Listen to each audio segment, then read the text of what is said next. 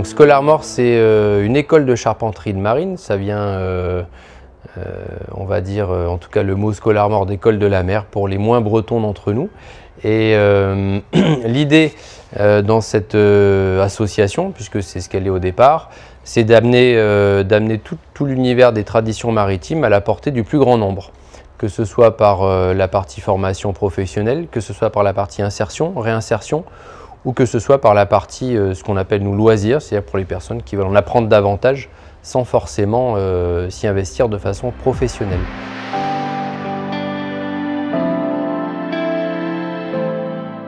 Après avoir regardé les plans, fait quelques recherches moi de mon côté, j'ai trouvé cette aventure très intéressante et donc je dirais qu'on a convenu ensemble avec Mike que c'était un projet qui était effectivement envisageable sur le programme du CAP pendant une année.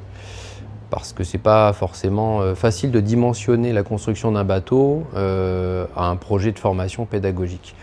Donc c'est arrivé, je dirais, avec un grand intérêt de la part de toutes les parties prenantes. Il y a un intérêt historique. Moi, j'aime bien les choses qui arrivent au centenaire, je ne sais pas pourquoi, mais j'ai toujours des affinités pour les bateaux dont il s'agit de reconstruction ou de grosses restaurations au centenaire. C'est quand même un cap pour un ouvrage en bois de continuer à exister et à sortir de la mémoire pour être palpable à ce moment-là. Donc il y a cet intérêt-là.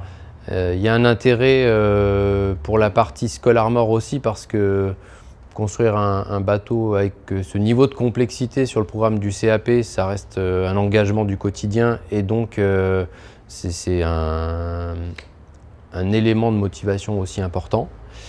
Oui, je pense à un petit voilier classique avec un retour de galbord, avec un lest à couler, une charpente un peu complexe, forcément pédagogiquement c'est intéressant. On a eu un énorme travail d'épure aussi, parce que François Vivier avait effectivement redessiné les formes, mais on a eu toute l'exploitation du tracé à faire, le tracé des varangues, les encoches des marguilliers.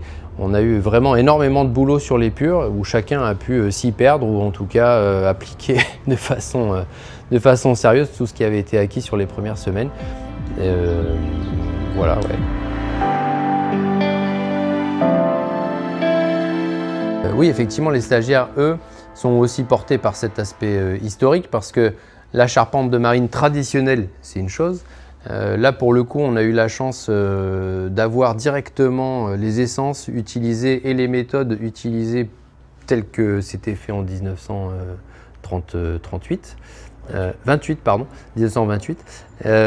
et du coup, les remettre en pratique là avec les mêmes essences, forcément que pédagogiquement, c'est un point fort.